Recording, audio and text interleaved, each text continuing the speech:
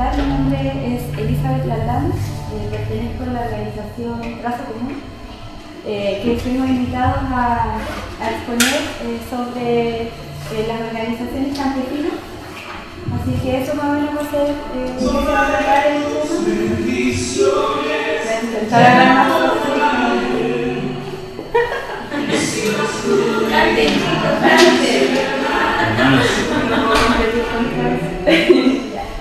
y te voy a pedir como cuántas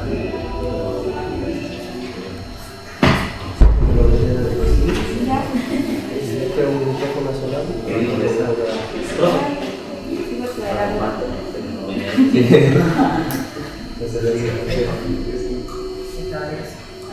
Un poquito más.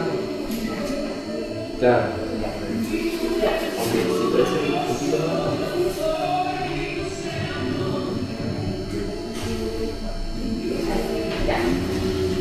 Bueno, entonces la organización a la que yo pertenezco trabaja temas relacionados con la ruralidad y me gustaría como dejar claro dos cosas antes de empezar la presentación. La primera es que mi organización no es una organización campesina, ¿ya? Así que yo no puedo hablar como desde las organizaciones campesinas porque no nos corresponde, no lo somos, ni tampoco somos una organización de campesinos, ¿ya? Somos una organización de jóvenes profesionales que busca apoyar a organizaciones campesinas y en el marco de ese trabajo es que hemos adquiriendo ciertos conocimientos y en la experiencia hemos podido conocer un poco más de la situación de las organizaciones campesinas, pero lo que les voy a hablar es desde allí, desde lo que he ido aprendiendo de las organizaciones campesinas. Eso lo quería dejar claro porque no nos gusta como atribuirnos representatividades que no tenemos, ¿ya? Bueno, lo primero es que voy a hacer una presentación respecto a la situación del campo que en gran parte se basa en una presentación de Camila Montesinos, que es una mujer que se ha dedicado mucho tiempo a estudiar y a un poco difundir los problemas del campo hoy día, y es una presentación muy buena que nos hizo.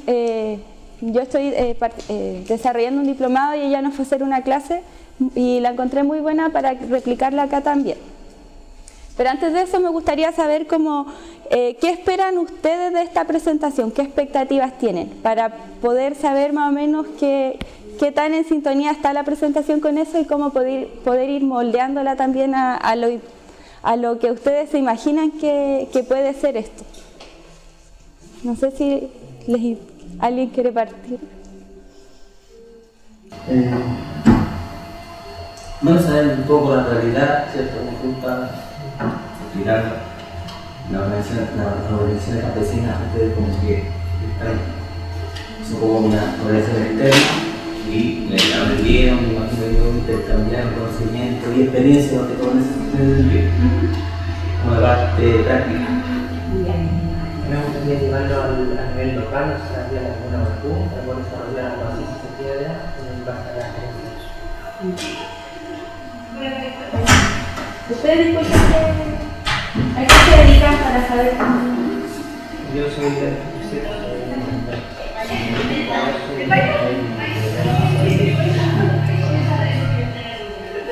A mí me gustaría conocer más la vinculación, bueno, primero cómo se forma un poco Trazo Común, cuál es como, bueno, sabes, tú dijiste que funciona como un apoyo a las organizaciones campesinas. ¿Desde dónde nace eso? Esa necesidad de apoyar a una organización campesina. ¿Alguna otra inquietud que alguien quiera manifestar? ¿Expectativas? ¿No? Ya. Bueno, voy a ir tratando de resolver en el camino eso desde donde tu pregunta. Y bueno, la presentación no tenía este enfoque tan práctico, pero igual se lo podemos dar al final para que como que van a ir de la línea de esa pregunta. Ya, pero esto es como más contexto, ya contexto general de la situación del campo.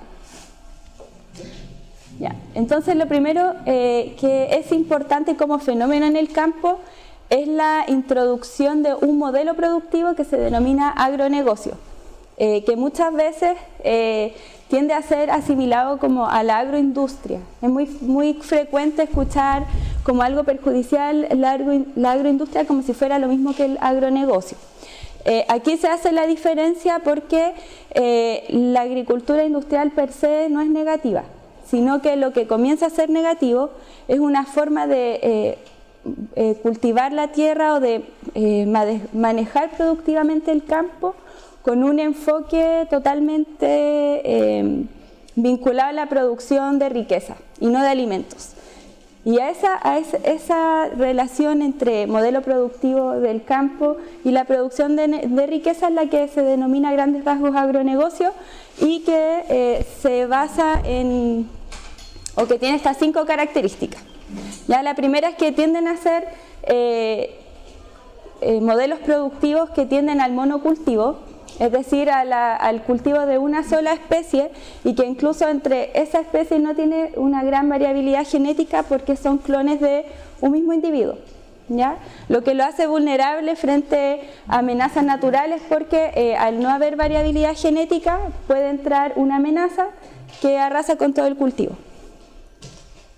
Que existe a gran y pequeña escala, es decir, que el agronegocio no necesariamente se relaciona con grandes extensiones de cultivo, sino que también puede ser en pequeñas escalas y que replican este modelo de producir alimentos para generar riqueza.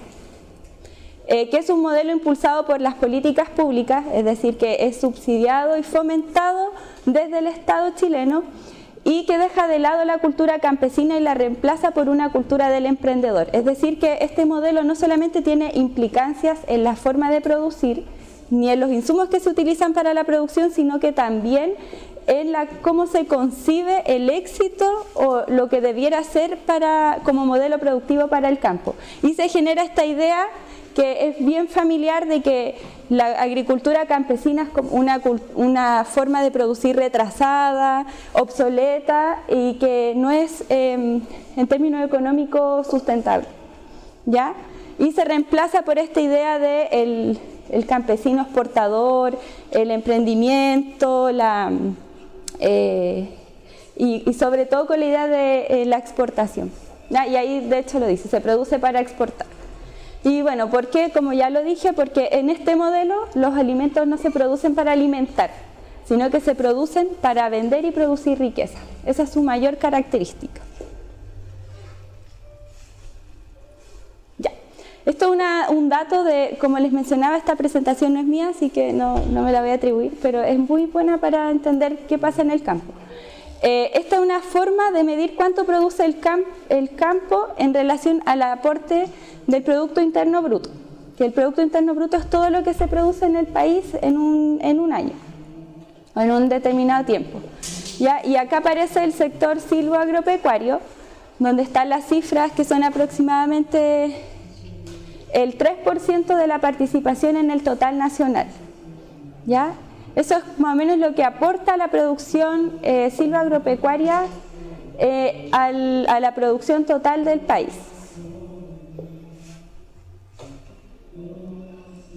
En relación a las estructuras de las exportaciones, esto es bastante paradójico porque desde el Estado chileno hay un discurso del país como una potencia agroexportadora. Ese es como cuando pensamos en el campo desde el Estado, pensamos en este Chile país, potencia agroalimentaria. Pero la realidad en la cifra es bastante distinta porque, como podemos ver, lo que corresponde a agropecuario, silvícola y pesquero corresponde solo al 9% de las exportaciones del país en el año 2015 y, si nos vamos particular a lo agropecuario, solo al 3%. Bastante lejano como de este modelo país exportador, ¿cierto? Como matriz productiva.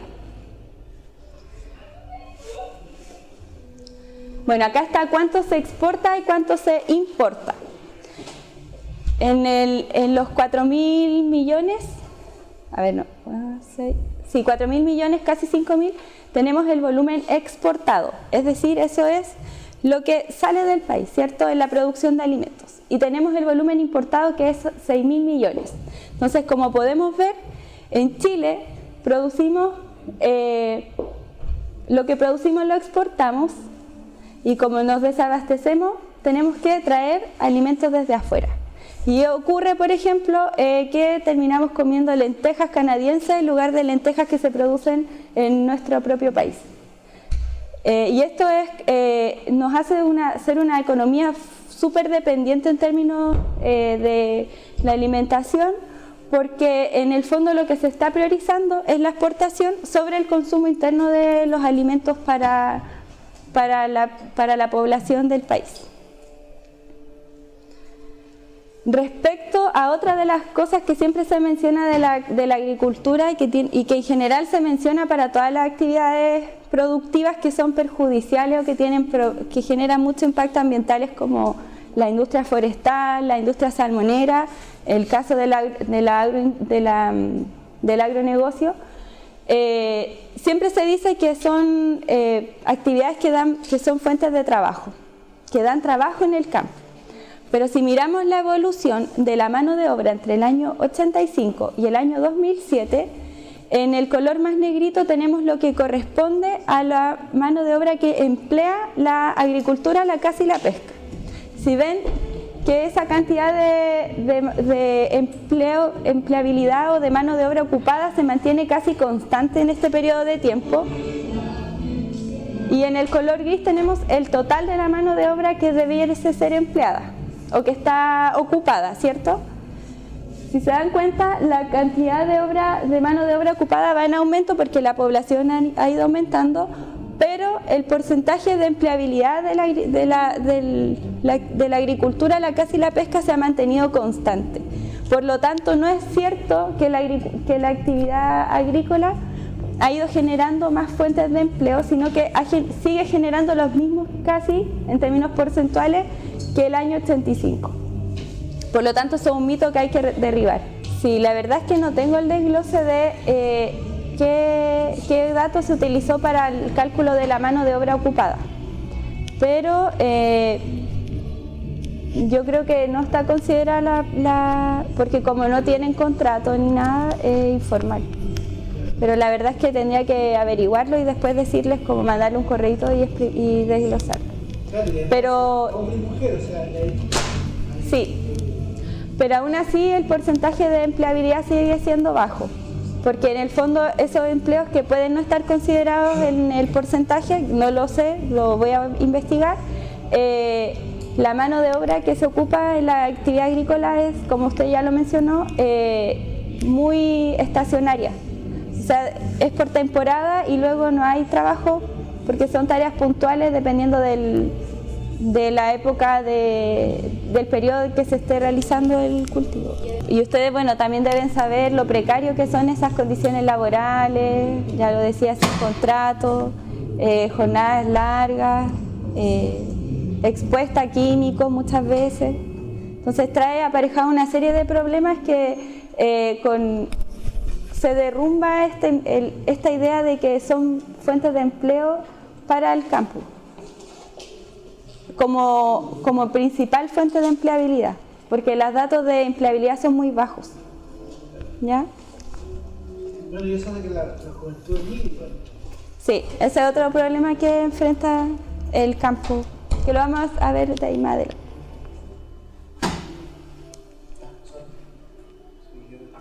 Bueno, respecto a la concentración de la tierra, estos datos son de acuerdo al Censo Agropecuario del 2007, que es el más actualizado. Este año se está empezando a realizar el nuevo censo y va a haber datos más recientes, pero aquí pueden ver, bueno, en una columna está el número de propiedades, la superficie que abarcan, la superficie en hectáreas, y en una columna está el acumulado.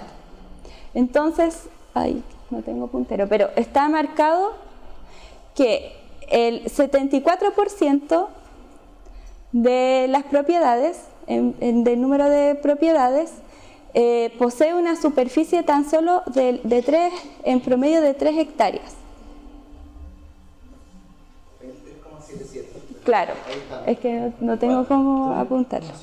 Claro, en el fondo ahí está el rango de tamaño de las propiedades, entonces menor de 1 hectárea, de 1 a 5, a menos de 5, de 5 a menos de 10, en esta columna de ahí, acá.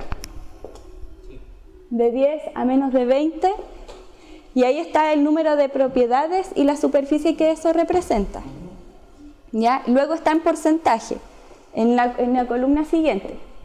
Porcentual. Entonces, por ejemplo, de 10 a menos de 20 representan el 15,29%. Y en la última columna está el acumulado. Entonces, donde está marcado el 74,8, eso significa que el 74% de las propiedades en hectárea tiene un acumulado de 3,7 hectáreas. Entonces, esto queda a cuenta de la concentración de la tierra, porque después si nos vamos a los que están marcados abajo, dice que acá, la de más abajito, hacia la derecha, mía, de 2000 y más, nos dicen que hay 1434 propiedades, ¿cierto? Con una superficie de 21.410.000, ¿ya? Y el número de propiedades, eso representa el 0,5%. Y en términos de superficie representa el 70%.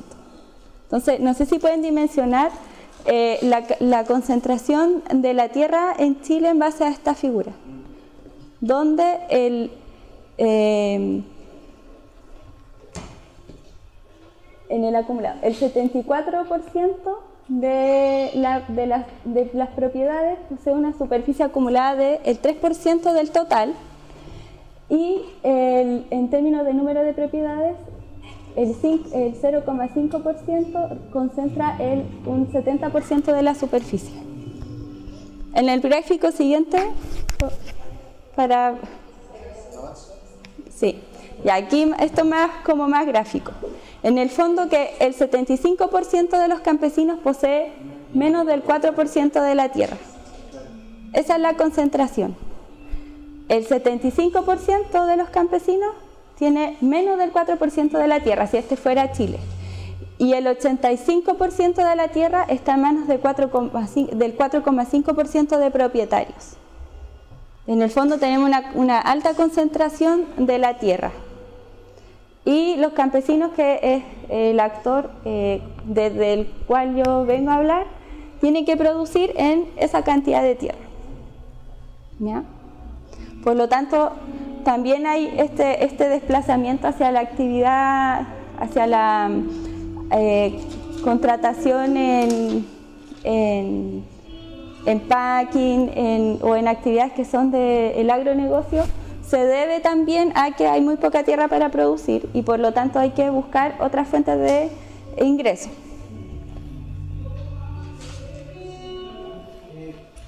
Mira, he tenido suerte de conversar con algunos ministros de tierra de algún periodo, y el ministro Solchor, que participó en varias reformas en Francia, en Chile, etc., decía que igual había variación, por ejemplo, al año 60, la concentración de la tierra, así se la famosa reforma del magisterio, después hizo una reforma la iglesia, también hizo una reforma, y después el año la 69, fue bien interesante, y la 71, participó en. Entonces, igual hay una variación, pero la más fuerte, la que hizo variar todo este dato, fue la del 75, 76. Fue la contrarreforma. Claro. Una época en que la tierra era de todos los campesinos. Claro, hay una variación fuerte, digamos, en la experiencia de la tierra. Sí. Y bueno, decía el ministro que ellos lo que hicieron fue tratar de distribuir, digamos, por toda la primera y la décima región. El Ministerio cuando trabajó ahí en Temuco, ahí se instaló el Ministerio de Agricultura en esa época y trataban de distribuir, digamos, redistribuir la tierra bien, y de hecho algunos campesinos son llegando a 80 hectáreas. En la región de Magallanes inclusive alcanzaban algunos a 300. El levantamiento que se hizo ahí alcanzaba como para 300 hectáreas cada campesino, digamos, que se hizo en Coyhaique, que se hizo en Montaña. Bueno, todo eso después se recapituló, digamos, y hoy día nuevamente los fondos son, por ejemplo, fondos Año Nuevo, de Villa Mayigual, que consiguen nuevamente 42.000 hectáreas. en su época vivían 300 familias, digamos. Entonces igual hay históricamente a los 50 años, 100 años hay un cambio, digamos, en todo esto, pero el cambio más fuerte fue el año 74, 75. Me parece que acá en Maipú se ha vivido también un cambio importante respecto al uso de suelo, no sé si de propietarios, pero al uso. Todo el mundo habla de que acá habían muchos campos cultivados y todo. Sí. Y en Santiago ocurre un fenómeno también de crecer de la ciudad misma, del cemento y del cambio de uso de suelo. En algún momento, recuerdo haber leído, no que yo que haya vivido ahí, años 40, 50 tal vez, venía mucho campesino a vivir a las afueras de Santiago, a ocupar terrenos que estaban dispuestos para la agricultura. Los utilizaban y establecían ahí mismo mercados directos de venta. Acá en Maipú, en San Bernardo, existía eso de que viniera gente desde afuera también a vivir a Santiago, pero utilizar suelos, tenían una casa y podían vivir ahí. El excedente lo vendían directamente y ahí es donde empieza a aparecer los valledores, como que tiene un cuento, ahí empiezan a aparecer esas primeras familias como relacionadas a la venta de hortalizas. Hasta que los suelos le cambiaron, pusieron el edificio y empezaron en la misma lógica de negocio, de modelo de negocio, a traer cosas de otro lado. Como que no recuerdo bien la fecha, pero sí recuerdo haberlo leído, era ese problema, el cambio de uso de suelo en la ciudad. Eso. Sí. ¿Los productos de la regla que lo traen campesinos o los produce la gente que lo vende? No, ellos son intermediarios. Claro, intermediarios como intermediarios. Lo que yo entiendo es que ellos van a comprar al campo, no es que sean una empresa, sino que ellos le compran a alguien que produce. Claro. Y después ellos lo trasladan, porque de repente las producciones son muy pequeñas, entonces no les da el costo del transporte para traer a comercializar. Entonces alguien se encarga, les compra muy barato sus productos y los comercializa. Juntan volumen y luego lo venden en la... Sí, datos así como yo sé que muy barato es una lechuga a 40 y caro es como a 90. Sí. Esa es más o menos la proporción. Es un buen precio, una lechuga es de 90 pesos, pasando por intermediario nos queda como a 3.50 nosotros, 500 y la sí, ¿es cambio? Sí. A ellos les compran muy barato su producción. Bueno, y acá entonces, hablando como de la concentración de la tierra, aquí hay un ejemplo de la productividad o del promedio que se calcula de productividad por hectárea en miles de pesos, que son 130.000. Se supone que en promedio en Chile, calculando el PIB, el que vimos primero, que eran 4.000, versus los 30 millones de hectáreas que hay, el cálculo da que se producen 130.000 pesos por hectárea, en promedio en Chile. Y en el fondo lo que se cuestiona aquí es que los campesinos son capaces de producir mucho más por hectárea, a pesar de que tienen menor concentración de la tierra, que un modelo de agronegocio, ¿ya? Y esto lo comprueban otros estudios que cita la autora del PowerPoint, donde se establece que un modelo de pequeña agricultura es capaz de ser 3 veces más productivos que un modelo de agronegocio. Entonces también esto nos da cuenta de que tenemos una alta concentración de la tierra y que el modelo de agronegocio es menos productivo que el modelo de la agricultura campesina, ¿ya?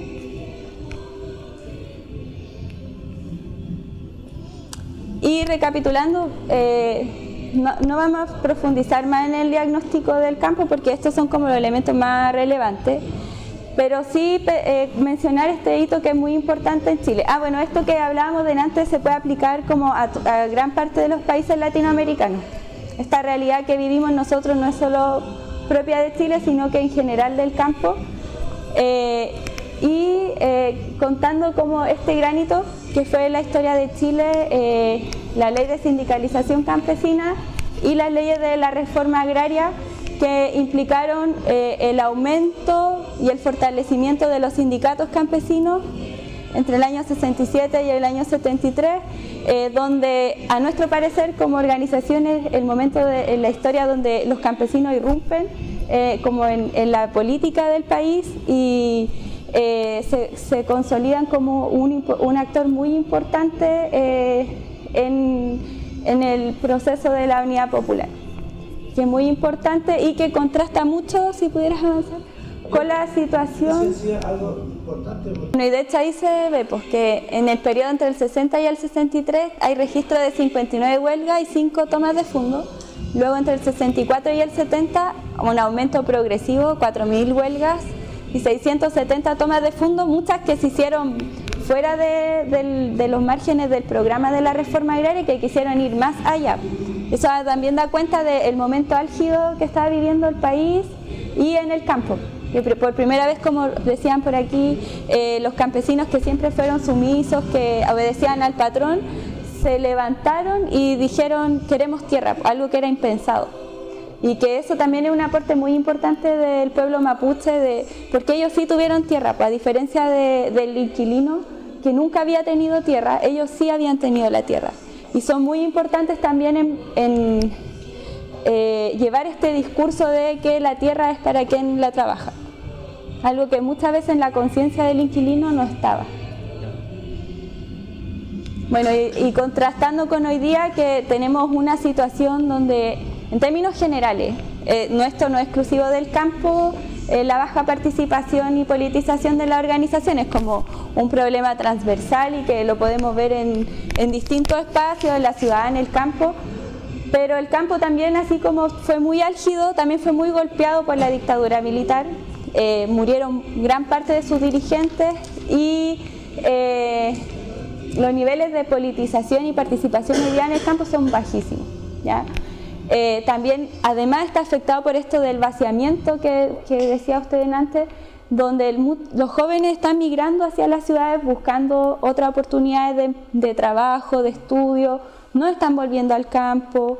La población en Chile es predominantemente urbana y esto es un fenómeno a nivel mundial. A nivel mundial la población urbana, bueno, América Latina y el Caribe son las regiones que tienen el mayor porcentaje de urbanización. Creo cerca del, no me acuerdo el dato, pero era sobre el 80% de urbanización. Muy rápido, una aceleración que en los últimos 20 años se ha incrementado muy rápidamente y con este vaciamiento de los jóvenes que no están volviendo al campo a trabajar, que también sigue esta lógica de que el campo es retraso.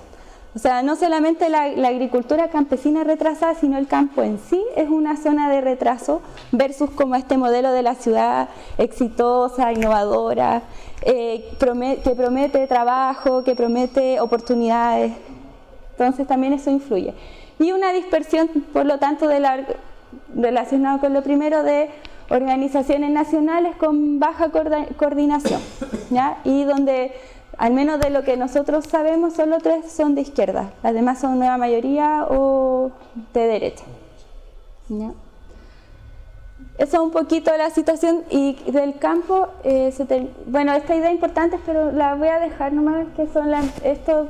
Después le voy a subir el PowerPoint con la autora de él para...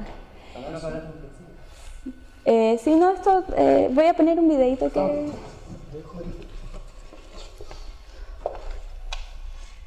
No sé cómo se hace. Acá.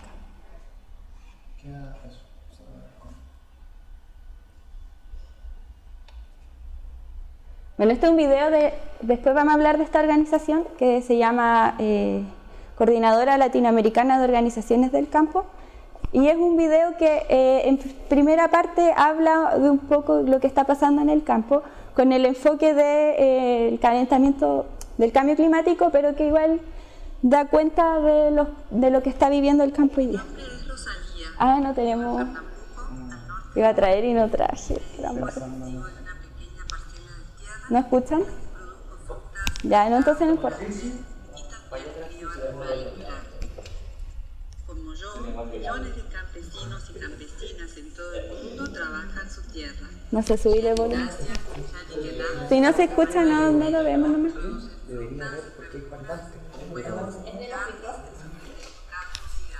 De esto.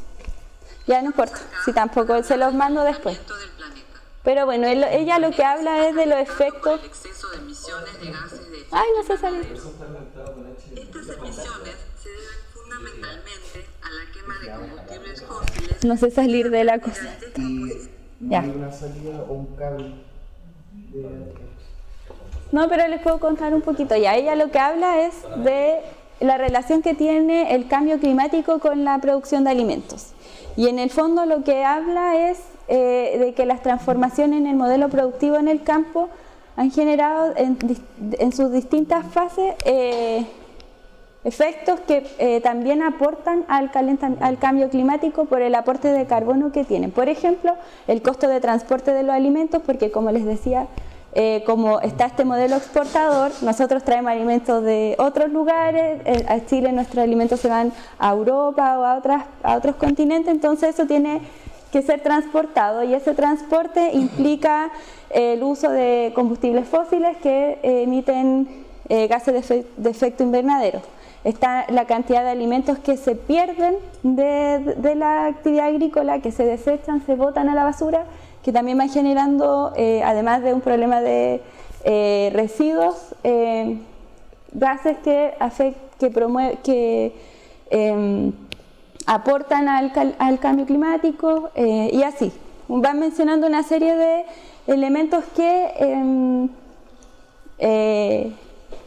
desde la actividad agrícola aportan al cambio climático. Y luego da como la alternativa, y ese era como el link para hacer esto, cuál es la propuesta que ellos plantean como organización. Ya, y era para hacer el link con esta diapositiva, pero no importa si igual la podemos hacer. Bueno, entonces yo les voy a hablar de las alternativas desde las organizaciones campesinas, en particular de una organización campesina que agrupa muchas organizaciones campesinas, ¿ya? Una organización internacional que surge a partir de conversaciones de distintas organizaciones campesinas entre el año 89 y el 92, a partir del desarrollo de una campaña continental para conmemorar los 500 años de resistencia indígena, negra y popular. Ya comienzan a hacer esta campaña y en el proceso se van acercando, hay conversaciones, comienza una movilización a nivel continental, comienzan a desarrollarse planteamientos políticos y eso da como resultado el surgimiento de la CLOC, que es la Coordinadora Latinoamericana de Organizaciones del Campo, que es de donde venía el video. Esto en un contexto de neoliberalismo, como ustedes saben, en Chile y en gran parte de América Latina, pero con fuerza en Chile, se había impuesto un modelo neoliberal que implica también que territorios o lugares que antes no eran apetecibles por el capital porque productivamente no podían, porque no existía la tecnología o la capacidad de producir en esos lugares. Con el avance tecnológico, esto se rompe y se genera que para hoy día cualquier lugar es apetecido por el capital y por lo tanto se genera una mayor resistencia o un impacto muy fuerte sobre los territorios, ¿ya? Y la CLOC maneja esa tesis como de que nosotros hoy día estamos viviendo una arremetida capitalista sobre nuestros territorios, ¿ya? ¿En base a qué? Al extractivismo, ¿ya? Y como respuesta se genera esta coordinación latinoamericana que reúne muchos países de América Latina, entre ellos también está Chile. En Chile hay 4 organizaciones que son parte de la CLOC. Anamuri, que son una organización de mujeres que debe sonar porque son, sí, porque claro, después vamos a explicar el vínculo con la vía campesina. CONAPROCH, la Ranquil y la ANMI, Asamblea Nacional de Mapuche de Izquierda. Esas 4. Creo que formalmente son las 3 primeras, ¿ya? Bueno, la Coordinadora Latinoamericana de Organizaciones del Campo tenía esta idea como de articular toda América Latina y América del Norte, y por eso que su logo no se nota tanto, pero es un águila y un cóndor que se encuentran, porque la idea era articular a todo el continente y se articulaban en base a la lucha por la defensa de sus territorios y de la transformación de la sociedad. Y los primeros acuerdos que toman son estos: el anticapitalismo, defender la armonía de la naturaleza, el reconocimiento al movimiento de mujeres en el campo que muchos años habían sido postergadas, incluso también hay críticas al proceso de la reforma agraria chilena respecto a la participación de las mujeres en ella, y a partir de estas cosas la ACLOC comienza a desarrollar un discurso político que se construye al calor de las mismas luchas que dan sus organizaciones, y esa es la particularidad que tiene. Esta organización no está exenta de problemas, no está exenta de críticas, pero hoy día voy a resaltar los aspectos positivos que tiene, que existe una organización que coordina a nivel continental a distintas organizaciones campesinas y que vaya desarrollando un discurso político que se dé al calor de las luchas y no de una teorización más bien, sino que vaya conjugando ambos aspectos. Eso es muy importante e interesante de rescatar, ¿ya? Porque es una construcción política que se da al calor de las mismas luchas de esa organización y de los aprendizajes, por lo tanto, que van teniendo. Bueno, esta organización, la ACLOC, es parte de una coordinación a nivel mundial que se llama la Vía Campesina. ¿Ya? La ACLOC vendría siendo la representación del continente de América Latina en la Vía Campesina. En la Vía Campesina hay 73 países de África, Asia, Europa y América. Son 164 organizaciones y alrededor de 200 millones de campesinos y campesinas que son parte de las bases de esas organizaciones.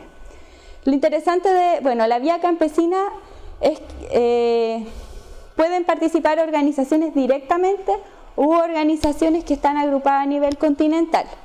En el caso, creo que América Latina es el único continente que tiene una coordinadora continental que es representada en la Vía Campesina. En los otros continentes la representación es directa por organización.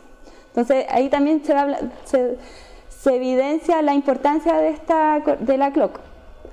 Y la Vía Campesina se define como un movimiento autónomo, es pluralista, es independiente de denominaciones políticas y, como ya mencionaba, está integrada por organizaciones nacionales o regionales, como el caso de la ACLOC, y cuya autonomía es celosamente respetada, ¿ya? Esos son como los principios de la Vía Campesina.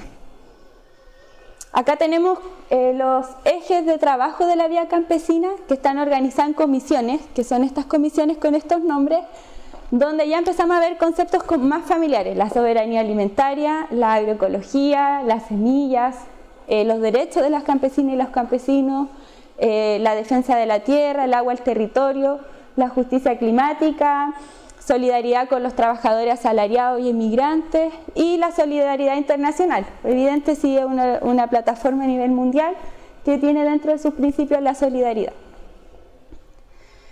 En el color más clarito están los continentes los países que están dentro de la Vía Campesina, ya no es al revés.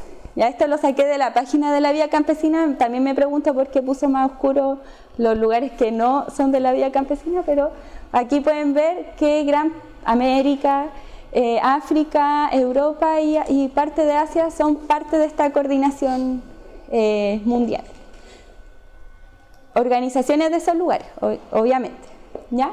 Bueno, y en el caso de la ACLOC, ya les mencionaba que es una articulación continental, América Latina, de movimientos campesinos, trabajadores también del campo, indígenas, afrodescendientes de 84 organizaciones de 18 países, América Latina y el Caribe. ¿Ya? Con América del Norte han habido, al menos lo que yo supe en el último congreso, es que han habido intentos de acercamiento con organizaciones campesinas, pero es más difícil y como que esa coordinación no ha prosperado tanto. Pero sí con el Caribe y toda América Latina.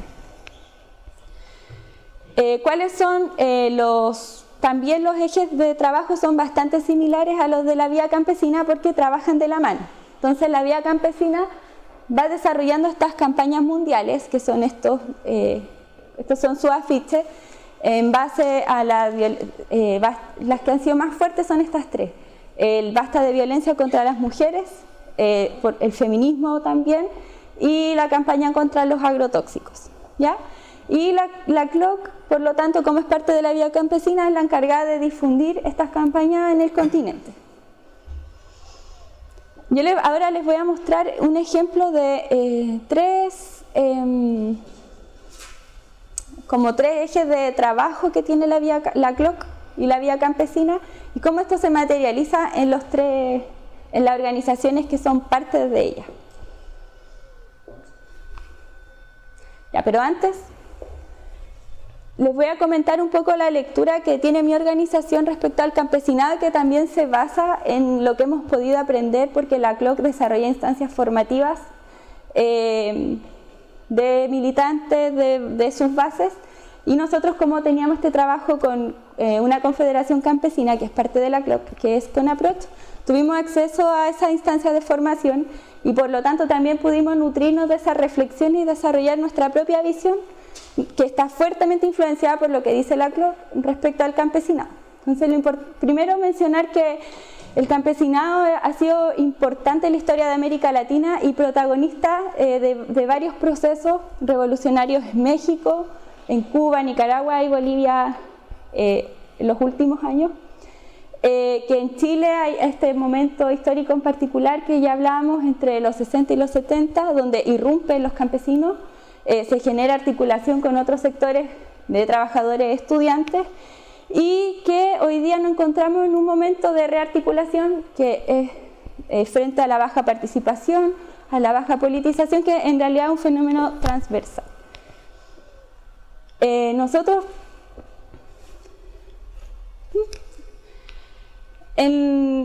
estas son tres tesis del campesinado, ya tres tesis respecto a cuál es el futuro del campesinado, que aparecen en un libro de Walter da Silva, que es un militante del movimiento de pequeños agricultores de Brasil, ya que es una organización brasileña, donde ellos tienen un libro de difusión entre las organizaciones de la CLOC y también el que quiera leerlo, respecto a qué es el campesinado, cuál es la lectura que ellos tienen. Y se barajan tres tesis que hablan de qué es lo que va a ocurrir con los campesinos. ¿Por qué? Porque de los campesinos siempre se ha dicho que van a desaparecer, ¿ya? Y aquí se inician estas tres tesis.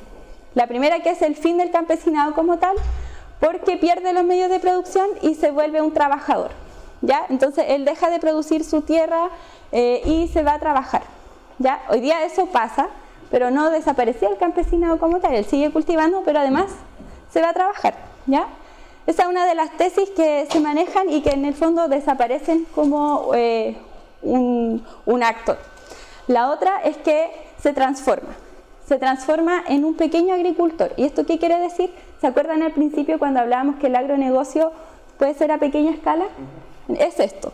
Entonces el campesino pierde su forma de producir, su modelo de producción, y se transforma en un agricultor de agronegocio, pero en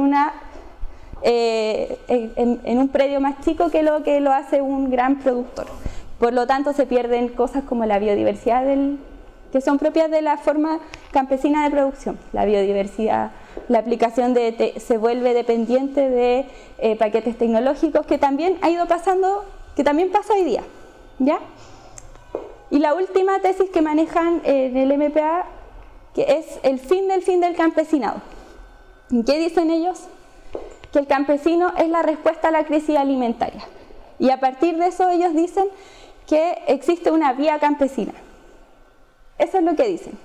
Y que, por lo tanto, el campesinado no está destinado a morir porque pierde sus medios de producción y se va a trabajar totalmente, ni tampoco a convertirse en un pequeño agricultor de agronegocio, sino que es el encargado de llevar a cabo el proyecto de la vía campesina, que se basa en la soberanía alimentaria, la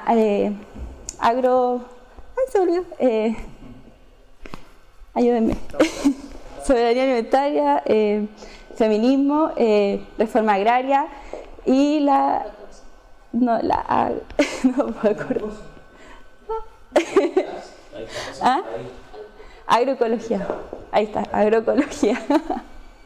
Ya, en el fondo lo que dicen es: nosotros somos un actor importante y podemos liderar un proceso de transformación de cómo se produce en el campo, de cómo se produce, dónde se produce, a quién y para quién se produce, ¿ya? Y entonces ellos proponen que van a ser quienes lideren ese proceso, ¿ya?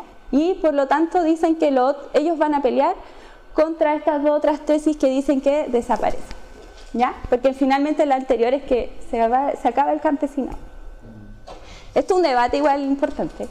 ¿Y hay alguna tendencia hoy día que se pudiera...? Siendo así bien realistas, igual es más fuerte lo anterior. O sea, hoy día los campesinos han ido cada vez perdiendo más su medio de producción y se han ido proletarizando. Claro que se da esta figura doble donde producen, pero también salen a trabajar. Entonces no han perdido totalmente la producción campesina, pero casi toda es para autoconsumo, en condiciones bastante adversas. Y también el campesino como pequeño agricultor, que además es son lo que fomenta las políticas del Estado. Exportación. Sí. E incluso el agronegocio ha hecho que los campesinos se vayan engranando a su sistema de producción, comprándoles, por ejemplo, lo que producen, y ellos después le compran a varios campesinos, lo venden a un gran exportador. Establecen precios y todo eso.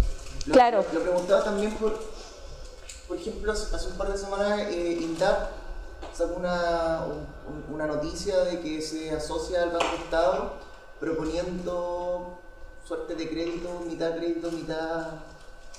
subsidio para agricultores jóvenes. Me pareció súper interesante. Agricultores jóvenes capaces de demostrar que son productivos con un año mínimo, ¿cierto? Hoy en su día tuvieron una experiencia previa. Entonces, claro, las tres tesis suenan, la primera más devastadora que otra y mucho más real a las otras, a la metamorfosis. Pero también siento que es como experiencia ya de muchos agricultores jóvenes, mucha gente de ciudad que se está viendo al campo, a vivir experiencia, y eso también yo creo que puede marcar algún tipo de hito hoy día. Igual es atractivo para los que no tienen experiencia y no saben de todo este tema, lo atrae el agronegocio y es una forma rápida de tener recursos.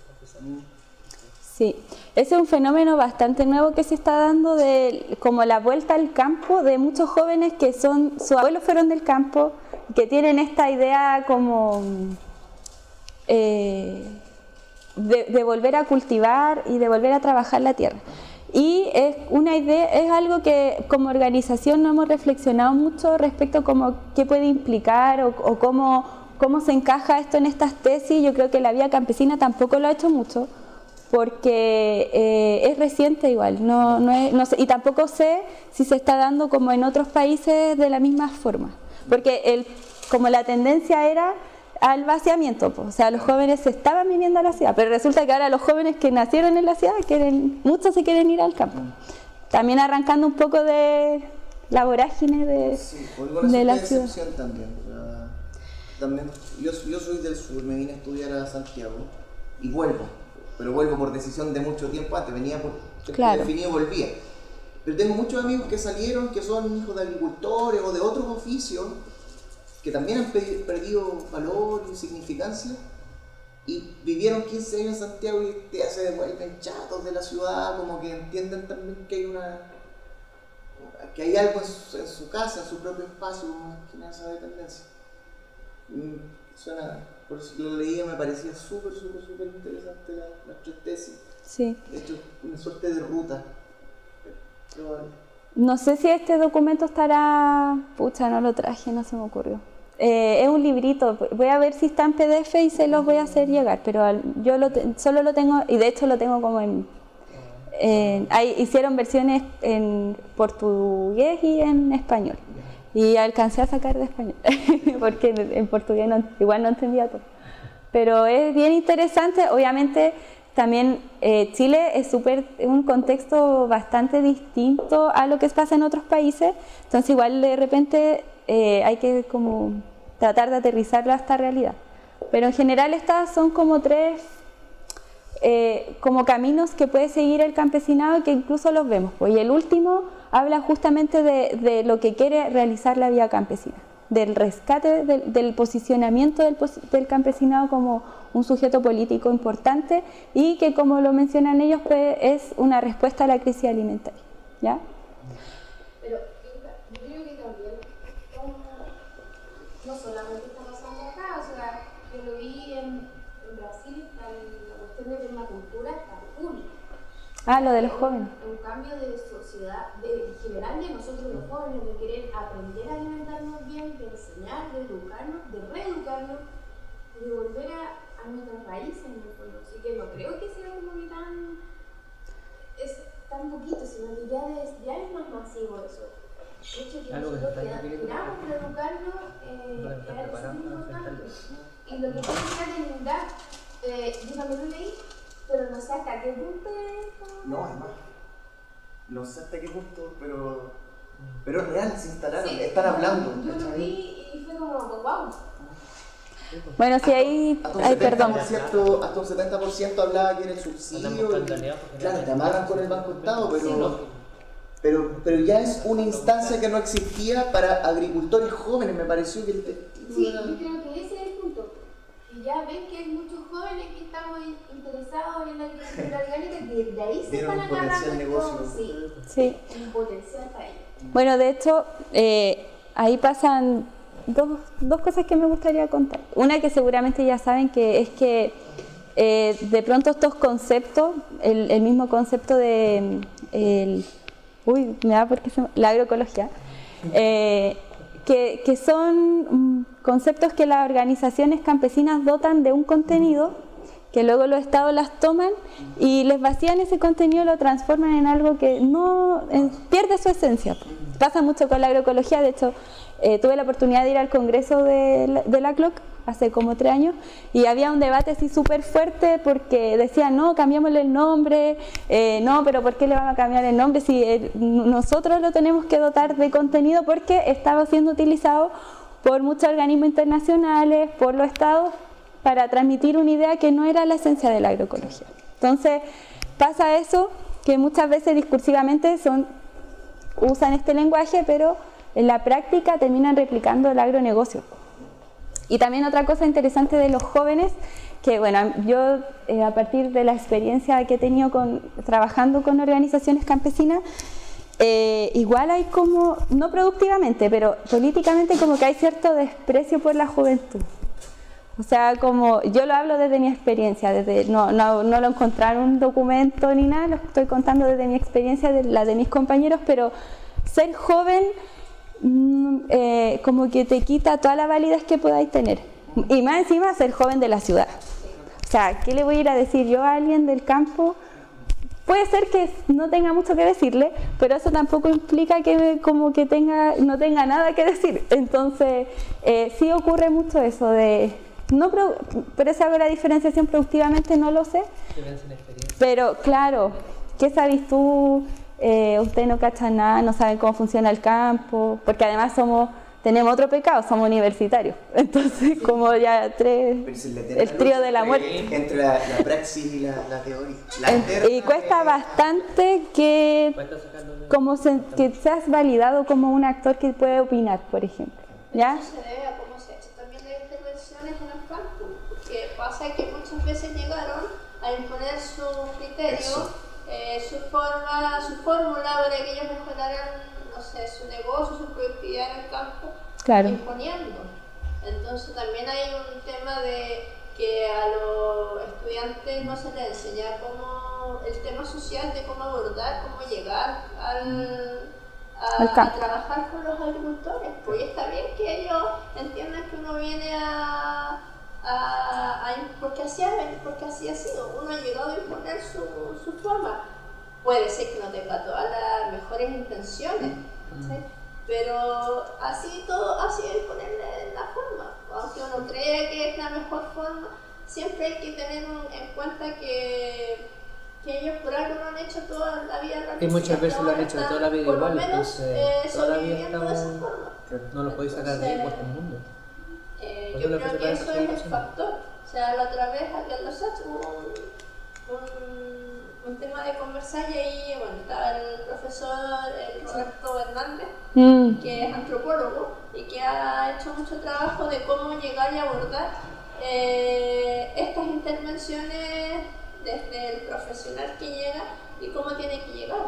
O sea, partiendo que él va a llegar a aprender y desde lo que aprende va a poder enseñar. Porque si no te va te van a pescar. Y eres un extraño además, estás llegando a un pueblo, a un campo, a una localidad, y eres un extraño, no tengo de partida por qué creer. De partida no tengo, ni siquiera te has ganado la confianza, así como es todo un tema. Pero no, ¿Cómo lo haces? Sí, Eso es- pero yo incluso me refería en términos políticos, no tanto profesionales, sino como porque mi acercamiento ha sido desde una organización política que intenta conversar con otra organización política que es campesina. Y aún así, desde esa, que no tiene nada que ver con un ejercicio profesional, existe esta barrera, incluso con el INDAP. La persona que va a venir a hacer esta presentación trabaja en una confederación campesina con la que tenemos este vínculo político, y él le ha tocado ir a reuniones del INDAP y siempre dice que también desde el INDAP mismo no te validan si tú eres muy joven. Entonces igual hay una cosa asociada como validación versus como edad, que es súper fuerte, que yo creo que igual se da en otros ámbitos, pero menos potente. Igual en las poblaciones se da que van muchos jóvenes, pero aún así la recepción es un poquito más abierta. Como que obviamente debe estar súper marcado por cómo los jóvenes hemos llegado al campo a intervenir, también por algo también de lo que ocurrió después de la dictadura militar, que genera desconfianza, pero pasa mucho eso, pues entonces, por género. Es terrible, o sea, llegar a un lugar y ya ser mujer es un tema para ahí. Todavía están con eso de que la mujer está en la casa y la mujer para trabajar fuera. Explicarle a una persona, tratar de enseñarle de una forma, hay que llegar de una manera súper humilde, pero aún así, eres mujer, para ellos no es como tan lógico que tú le enseñes a ellos. Bueno, por lo mismo también en Chile está la ANAMURI, que es una organización de mujeres que desarrolla fuertemente el feminismo y el posicionamiento, además del campesinado, de la mujer campesina indígena, porque la historia también ha ido relegando a las mujeres en el campo, las ha ido ocultando y ha ido ocultando los roles que ocupan en el campo. Por eso ya se resalta mucho la idea de las guardadoras de semilla, porque al final han sido las mujeres las que han tenido ese rol. La mujer relegada a la casa acá y no podía trabajar porque es mal visto, y cambió eso, pero ella en el campo todavía está con esa visión. Sí. Entonces llevamos a un camino de reencuentro de los jóvenes, la academia, el universitario, el campesino, el mapuche, porque en la medida que la concentración de la tierra ha ido expoliando, digamos, a las comunidades se han ido organizando y van buscando salida y de subsistencia y sobrevivencia de toda la organización como especie humana también, que debe preocuparse. Y también en el mundo, digamos, de los estudiantes igual, que quieren sembrar o quieren trabajar en la tierra, se dan cuenta que al final dan con un metro para la tierra, no hacen nada, pero al investigar se dan cuenta que sí tiene tierra, la tierra está mal destruida. Entonces, y que va a dar paso, digamos, a una nueva reforma, tal vez 5, 10, 20, 30 años más, pero nos va a llevar a una nueva reforma agraria. Ojalá.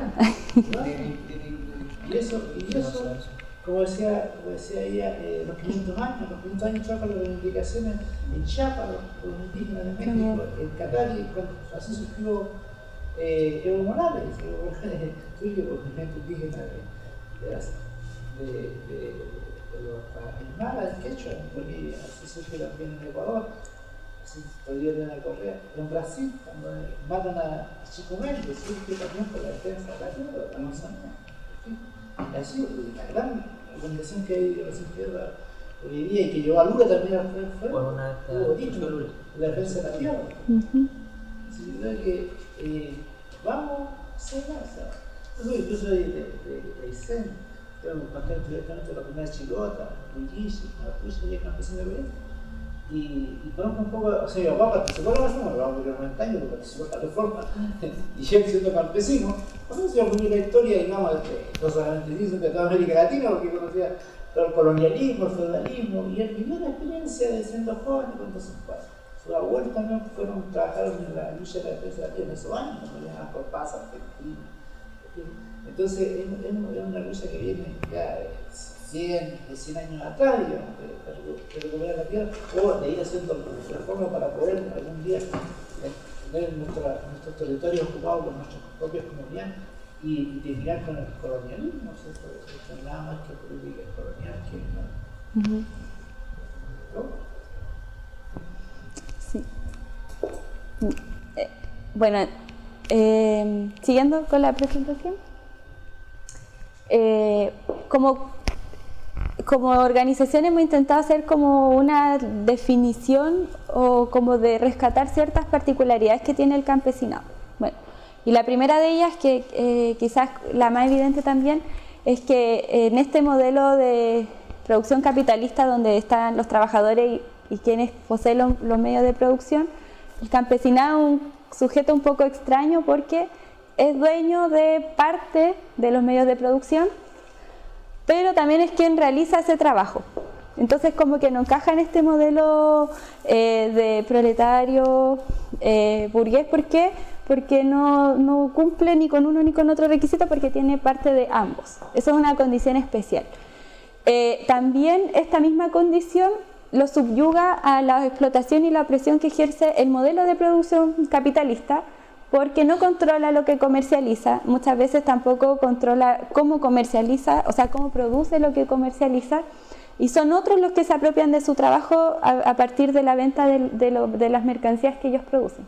Veíamos el ejemplo delante de lo intermediario, se venden los productos a muy bajo precio, cada vez hay más intermediarios que va subiendo el precio del producto, y hay intermediarios que no hicieron el trabajo de cultivar o de generar esa mercancía.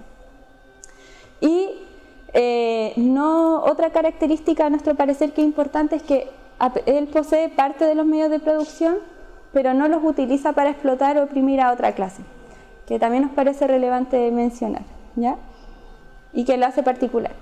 Y en términos culturales también hacer un rescate de que existe una relación especial entre la actividad productiva que realiza y su forma de vida. Están bastante imbricados, ¿ya?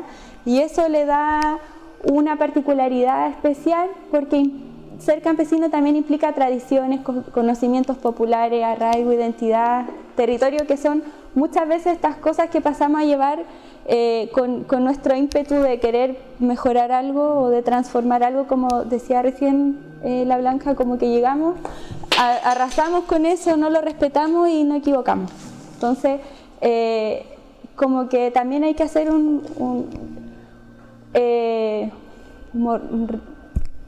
poner en valor estos conocimientos, estas culturas. No siempre son buenas, obviamente. Esto es como el extremo ideal, ¿ya? También hay cosas que hay que modificar, que son costumbres que están arraigadas, pero sí hay que reconocer toda esa sabiduría que existe ahí y respetar. Eso, bueno. Y este esquema representa un poco cómo la CLOC tiene, a partir de sus diversos ejes de trabajo, cómo se van coordinando con sus diferentes organizaciones, ¿ya? Como les decía, son bastantes organizaciones las que son parte de la CLOC. Estas son solo algunas y las usamos como ejemplo para un poco ir entendiendo cómo se va articulando en este engranaje continental las tareas que va desarrollando cada una de esas organizaciones en sus diferentes áreas. Entonces ya les mencionaba que dentro de algunos de los ejes de trabajo de la CLOC estaba la reforma agraria y el acceso a la tierra, la soberanía alimentaria y la agroecología y el feminismo campesino y popular, ¿cierto? Bueno, aquí en cada cuadrito aparecen organizaciones campesinas que son de la CLOC, de distintos países. Entonces, en la primera de la reforma agraria tenemos al Movimiento de Trabajadores Rurales Sin Tierra, el MST, de Brasil, la Organización de Lucha por la Tierra, OLT, de Paraguay. Luego acá, al medio, tenemos al MPA, que es el Movimiento de Pequeños Agricultores de Brasil, que es de donde viene este autor que plantea estas tres tesis, ¿ya? Ese es el autor que escribe el libro, pero finalmente él lo que recoge son las discusiones y los planteamientos políticos que se van dando en su organización y en el diálogo con la otra organización. El Coordinador Nacional Agrario de Colombia, CNA, CONAMURI, que es súper largo, en realidad la de feminismo no me sé muy bien las siglas porque son largas, ¿ya?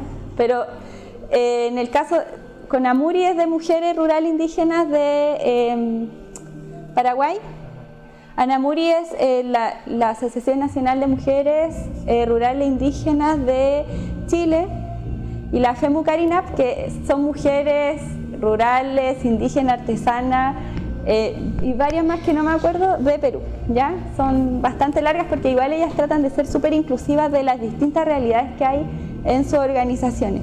O sea, también está esta discusión del paraguas campesino o campesina que invisibiliza de pronto ciertas particularidades, por ejemplo, lo indígena, por eso muchas de ellas resaltan este carácter indígena, también el carácter de ser artesana o de ser afrodescendiente, entonces tratan de también ponerlas en valor para que no se invisibilice bajo esta figura de campesino o campesina, ¿ya? Y que dé cuenta de la heterogeneidad también de lo que hay en el campo, ¿ya? De los actores que hay ahí, y estas organizaciones yo creo que lo hacen bastante y por eso estas siglas tan largas, ¿ya? Bueno, entonces este es un extracto, los chiquillos ya vieron esta presentación, que dice: si vamos a hablar de soberanía alimentaria, primerito se tiene que hablar de tierras. Todos los alimentos que comemos a diario salen de la tierra. ¿Y cómo se está usando y distribuyendo la tierra en los países? Esto lo dice Luis Ruiz de la Organización por la Lucha de la Tierra de Paraguay. Y lo que da cuenta es de que tenemos todos estos principios de la CLOC, ¿ya? Que son sus paraguas, sus grandes lineamientos, y cómo eso se va aterrizando en cada una de las organizaciones, cómo la van haciendo carne. Entonces, por ejemplo, en esta primera grupo de organizaciones que les mostraba, donde estaba el MST y el OLT, ellos entienden que un aspecto relevante dentro de todos estos lineamientos es la lucha por la reforma agraria. ¿Por qué? Porque ellos dicen que no se puede hablar de soberanía alimentaria si no tenemos la tierra. Entonces, el foco de ellos está ahí. Ellos no desconocen la soberanía alimentaria, no desconocen el feminismo, ni mucho menos las otras líneas de trabajo de la CLOC, pero su aporte en esta articulación está en la defensa de la lucha por la tierra. Entonces, ellos enfocan su trabajo en la distribución de las tierras, en los campesinos, para que la produzcan, tomándose terrenos. Están los asentamientos del MST que son famosos, y una forma de su lucha es la exigencia de la reforma agraria a sus estados, ¿ya? ¿Con qué objetivo? No es la reforma porque sí, la producción de alimentos saludables, libres de agrotóxicos y de organismos genéticamente modificados. ¿A qué? Muy ligado a la soberanía alimentaria, ¿ya? Luego tenemos quienes dicen: sí, podemos hacer soberanía alimentaria y no negar la lucha por la tierra, pero no vamos a esperar que tengamos la tierra para la soberanía alimentaria, la vamos a hacer ahora. El MST también se toma las tierras y produce bajo cierto, y el OLT también, pero ellos enfocan su energía en esto, en la soberanía alimentaria y la agroecología. Entonces ellos generan iniciativas en base a la producción de alimentos sanos, para la familia de Brasil o de Colombia, para garantizar la soberanía alimentaria, ¿ya? Y aquí aparecen ideas como los mercados locales de comercialización, el rescate de la cultura e identidad campesina. En las otras iniciativas también, ya no es una negación, solamente ver dónde están los énfasis. Y una iniciativa súper interesante que se llaman territorios agroalimentarios, que son del Coordinador Nacional Agrario en Colombia. Colombia es un país que ha desarrollado mucho las políticas de ordenamiento territorial.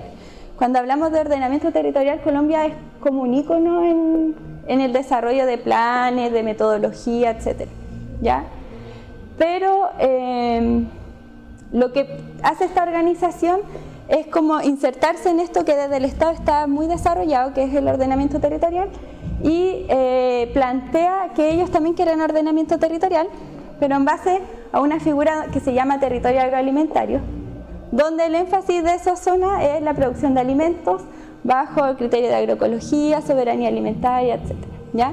Entonces es como una estrategia que ellos usan para entrar en esos territorios. No es que el Estado colombiano dijo: sí, démosle con los territorios agroecológicos. Obviamente yo creo que eso no va a pasar aún, pero al menos está la propuesta y es como una estrategia que ellos utilizan. ¿Ya? Bueno, y aquí hay un cuadrito que está sacado de Unitas, que es una red de varias organizaciones ONG bolivianas, que habla sobre la diferencia entre, o como los comparaciones que se puede hacer entre un modelo de agronegocio y el modelo de la soberanía alimentaria. ¿Ya? Entonces, por ejemplo, ¿qué se entiende por alimentos? En el modelo dominante es una mercancía donde el aporte nutritivo o los residuos que vaya generando esto no son muy importantes, ¿ya? Esto es importante para entender de dónde surge la idea de la soberanía alimentaria, que es una respuesta a la idea de seguridad alimentaria, ya que se impulsa como un concepto que busca terminar con el hambre en el mundo. Entonces la seguridad alimentaria dice, falta alimentos, produzcamos más alimentos, pero no habla nada de la calidad nutritiva de esos alimentos, y más bien sirvió para justificar la irrupción del agronegocio y que no resolvió el problema del hambre. ¿Ya? Todo lo contrario, se generan toneladas de comida y seguimos teniendo hambruna en el mundo. ¿Ya? Entonces también la soberanía alimentaria también se hace cargo del valor nutricional que tienen que tener los alimentos que se están produciendo. Uno de los principios parece que habla como del el alimento como un derecho, o sea, que como una opción o algo así. Claro. Como que plantea que quienes estén presos, en guerra, enfermos, como que todos tenemos derecho, y en base a eso es la necesidad de distribuir bien los alimentos y producirlos, y que tengan ciertas condiciones nutritivas para... Claro. Claro, entonces ellos dicen que la soberanía alimentaria, el alimento es un derecho que tiene que ser saludable nutritivamente, asequible, y que también es importante que son culturalmente apropiados y producidos. O sea, también habla de que la forma de preparar ese alimento tiene que ser respetando las tradiciones del lugar. Hay ciertas formas de ciertas preparaciones, entonces también hay un rescate cultural de lo que implica no solo cosechar, no solo sembrar, sino que también la elaboración misma de esa comida. Bueno, ¿quién produce? En el agronegocio, el agronegocio, obviamente en el modelo del agronegocio. Los campesinos, como ya veíamos en estas tesis, desaparecen o porque se quedan sin tierra y agua para producir y semillas para producir, o se transforman como este mismo modelo de agronegocio.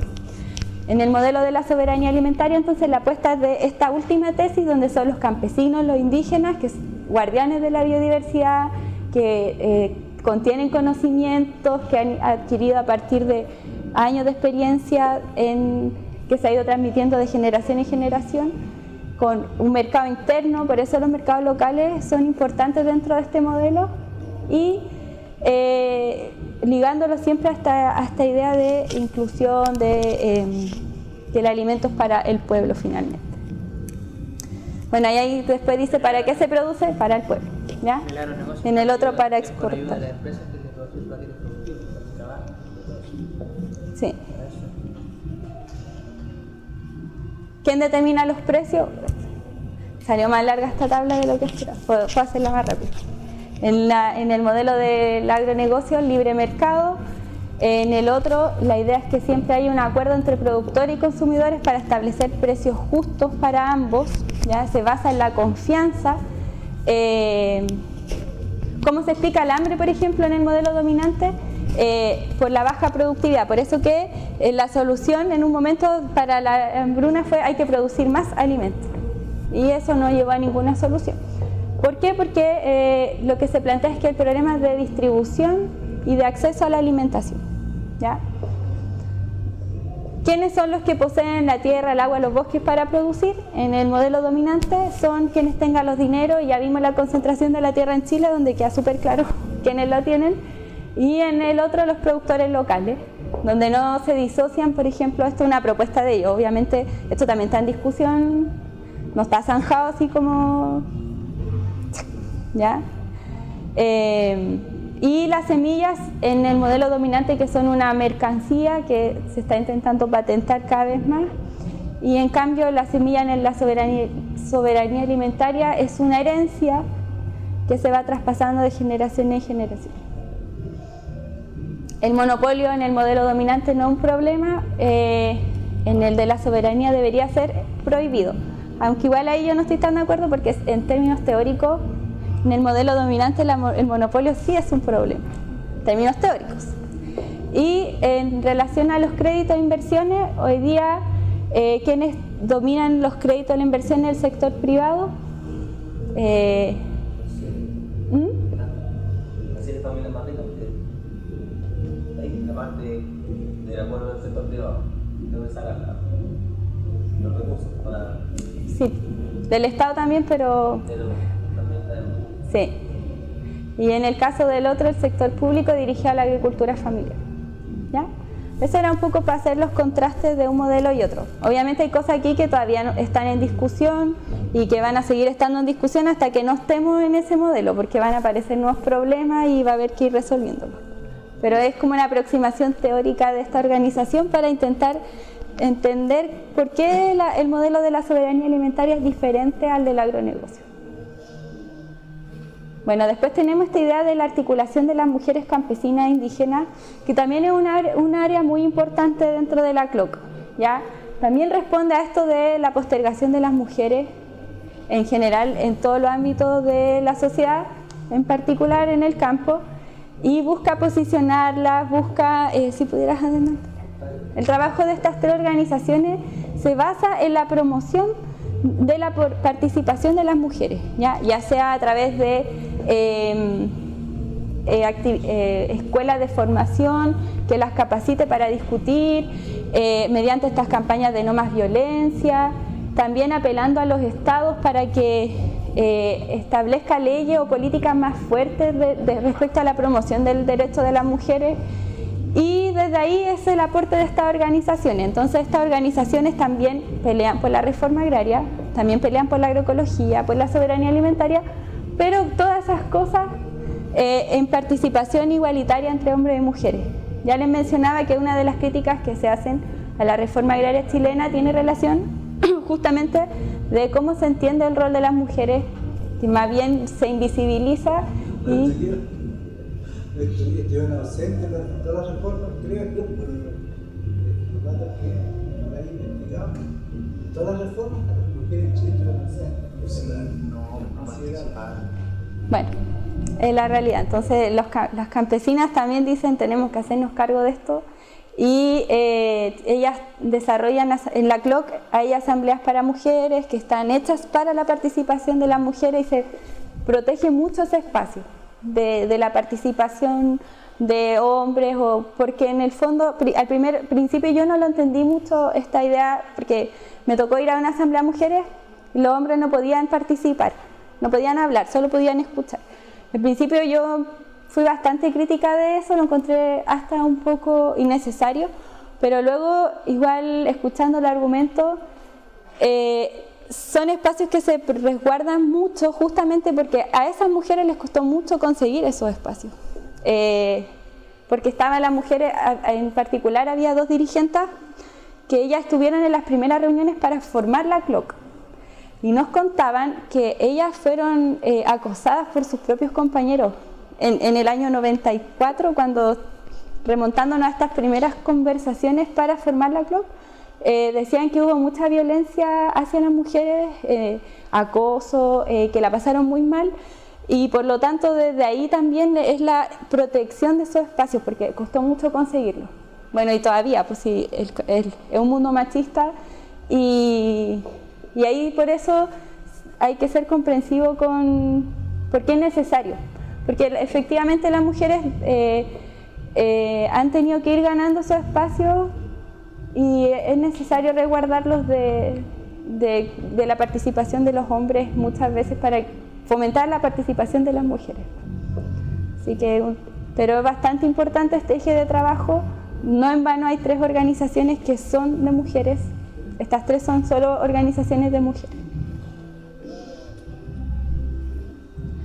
Bueno, y quería terminar con esta frase que no es de ningún autor, es de nosotros. ¿Ya? como nosotros entendemos al campesino como un sujeto de emancipación, una fuerza social productiva y que bajo esta última tesis que planteamos vive en contradicción de intereses directa con el capital extractivista, porque no puede sobrevivir si existe ese capital, ¿ya? Y por lo tanto para nosotros, y por eso cuando tú nos preguntabas por qué como Trazo decidimos trabajar este tema, es porque consideramos que son los campesinos y campesinas quienes tienen que liderar un proceso de transformación en el campo, de una forma de desarrollo diferente o de modelo de vida diferente, y que nosotros decidimos aportar a ese proceso. ¿Cómo es la forma en que nosotros aportamos? Principalmente desarrollando instancias de formación política, ¿ya? Por ahí también algún par de cositas, pero eso es como lo más fuerte y donde nosotros creemos que más podemos aportar. Así que eso. Gracias.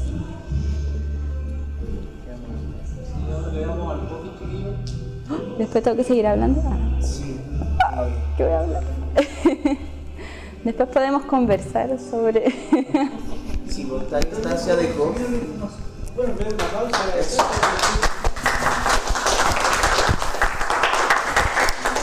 Bueno, tenemos la instancia de COVID también para conocer la música tan fuerte de afuera. No entrar en trance nomás. Que hoy es interesante, pues, muchas gracias por compartir esto con nosotros.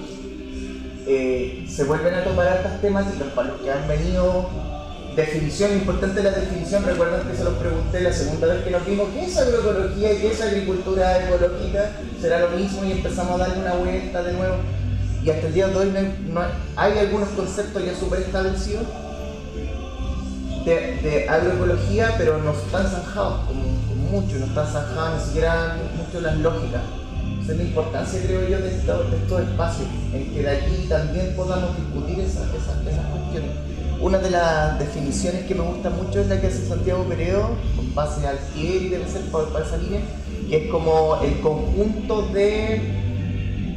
un conjunto multidisciplinario, ¿cierto?, de actividades sumado al conocimiento local, como que deja súper claro que el conocimiento local, a propósito de lo que hablábamos acá, es finalmente lo importante, que en el fondo es valorizar lo que cada localidad, cada agricultor, cada campesinado, como se le quiera llamar, conoce y tiene de ahí para atrás. Su propia historia finalmente es la que vale. Creo que lo discutimos harto el día que hicimos el práctico de las semillas también, respecto de cómo uno llega con práctica.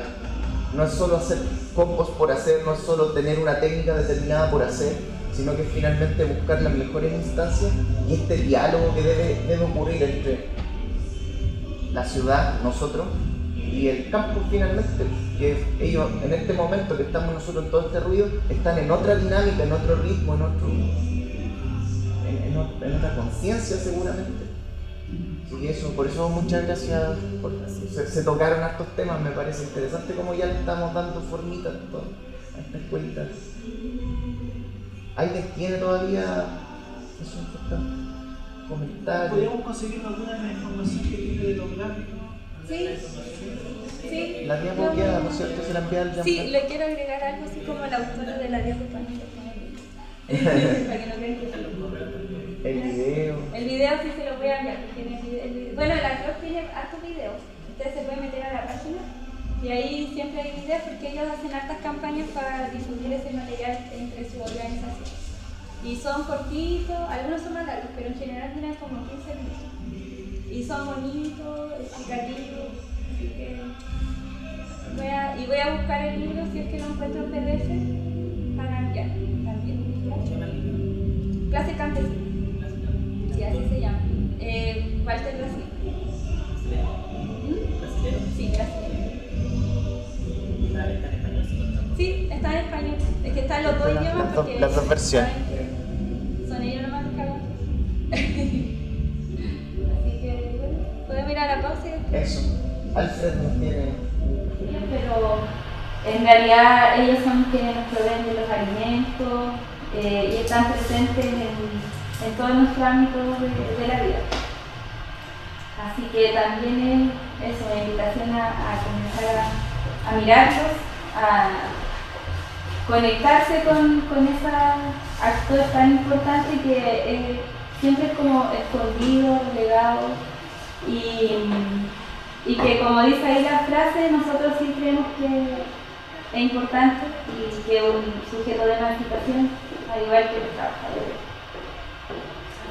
A ver si tienen algún comentario, alguna pregunta.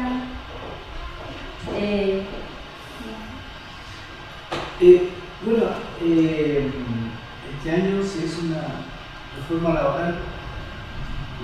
Se incluyeron 25 puntos de la alcanza de los 9, y de eso está el estatuto también del Porero,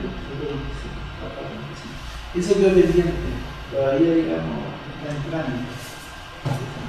Algo que puede estar relacionado directamente con el mundo campesino.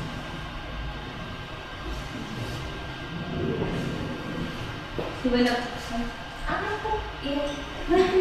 Y lo otro que me parece también interesante que se aprobó la ley de la reforma de las aguas rurales y que una reunión que tuvo por ahí con la directora de la DBH me informó que más o menos en diciembre iba a salir el reglamento de los APR y los populares para no ser implementar las cooperativas y asociaciones. Y lo que es algo rural.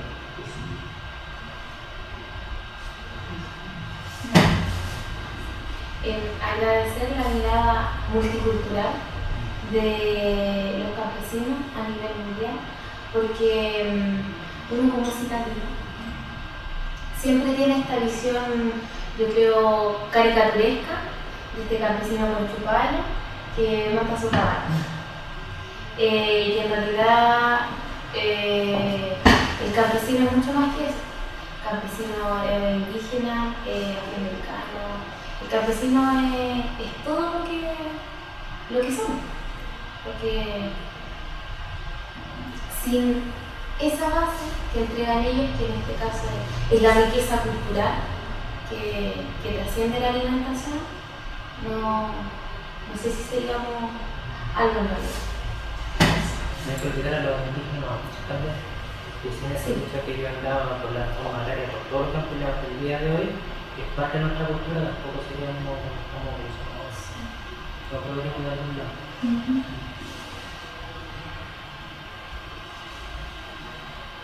No tengo nada. Voy a darle una gracias a Elizabeth, le vamos a entregar aunque no digo, pero claro, sí. Yo no voy a abrir, así que sí, es una pelota singular. Gracias. Sí, muchas gracias a ti. Sí. Para fugar Muchas gracias. Sí, muchas gracias por la invitación. Eso. En nombre también de J. Sí, hablamos. Bueno, nosotros también acordar dar las gracias. Súper bonita la instancia y súper interesante. Ya, como decían antes, empezamos a complementar ya esta primera idea desde la primera clase, ¿verdad? Hemos ido complementando y esto nos da una mirada súper clara respecto del conflicto. Desgraciadamente todo esto nace de un conflicto, como lo dijimos al principio, así. No sé si recuerdan la clase de agricultura simple, así, como un mero concepto de agricultura, de los mismos conflictos que la agricultura con la biodiversidad entrega y todo. Y qué bonito darnos cuenta también de que finalmente la agroecología termina siendo una necesidad. Podría ser una solución, absolutamente. Es la solución más sustentable, probablemente, ¿cierto? Y esta mirada de cómo las luchas están ahí, o están ocurriendo hoy día. Eso yo creo que es lo que rescatamos en esta clase, de que hay luchas ocurriendo en este momento, de que, por ejemplo, me siguió dando vuelta el tema de la salida de los jóvenes del campo a la ciudad. Ni siquiera creo hoy día que sea solo porque hay una oportunidad en la ciudad. Creo que está mal visto ser agricultor, ¿cachai? ¿Quién se mete a la universidad a estudiar agricultura? Si no es ingeniería, ¿cachai? Si no hay agricultura que tiene. Claro, es como... No sé si mal visto, está muy mal valorado. Muy mal porque valorado desde que no reconocemos hasta la paga. Claro. Entonces, es poco digno. Es poco digno. bueno, el dato que damos delante, una lechuga 90 pesos. ¿Qué agricultor le conviene tener media hectárea, como el campo que fueron a visitar, media hectárea?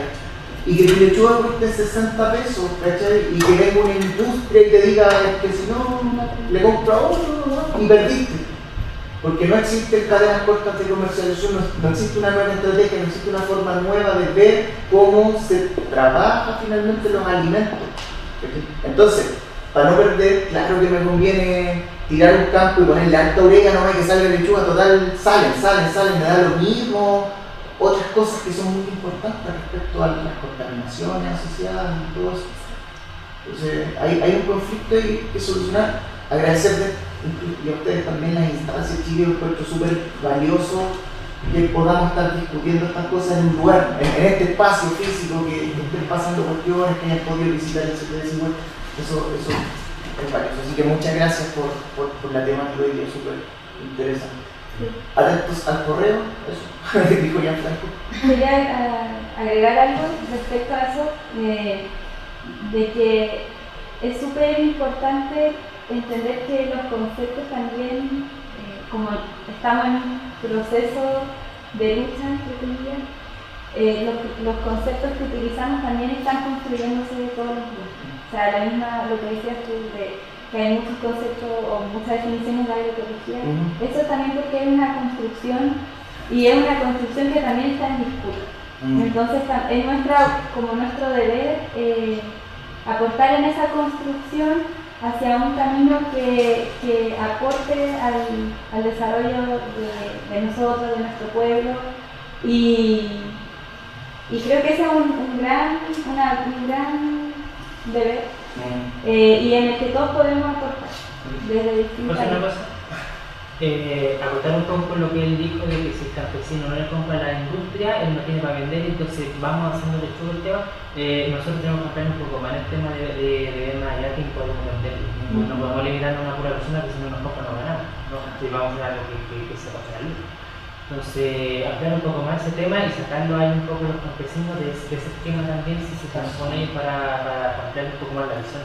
Porque es una visión impuesta desde chicos, se cuesta mucho. Como dijo, el agronegocio puede ser a pequeña escala, puede existir. Como está la industria dentro de un sector rural, debe entenderse que si no tienen más visión que eso, pueden haber más. Sí, igual considero súper importante las definiciones, porque por ejemplo, Cuba debe ser uno de los países que más ha escrito sobre agroecología sin saber que era agroecología, y ellos hicieron agroecología por una necesidad, y de hecho muchos textos no deben ni decir que es específicamente ello, pero existe mucho material en la isla por una necesidad de sus propios conflictos políticos y qué sé yo. Entonces, creo que nosotros debemos llegar finalmente a nuestra propia conclusión, nuestro propio ¿cómo se llama? Redacción, nuestro propio concepto, adaptada, como muy bien mencionaste, a nuestra realidad en Chile. En Chile, imagínate que la masa problemática, que la mayor cantidad de territorio no esté concentrada y la parte más pequeña esté tomada por agricultores dedicados a específicamente producción de alimentos. Y ahí aparecen otras populaciones, como el cultivo de eucalipto y otras industrias que están asociadas, que se están llevando terrenos, que están siendo utilizados para otras cosas que no son del primer orden. Finalmente el problema es que siempre hay gente con hambre, en todos lados. Y muchas veces las industrias se instalan en un espacio donde la gente sabe que tiene que vender algo y seguir viviendo. Entonces, donde ahí se van a morir, porque saben que aquí en la ciudad la gente ya tiene la conciencia. Allá todavía no, depende del vivir de todo. Entonces, manipular cosas. A instalarse todo y ofrecer lo suyo.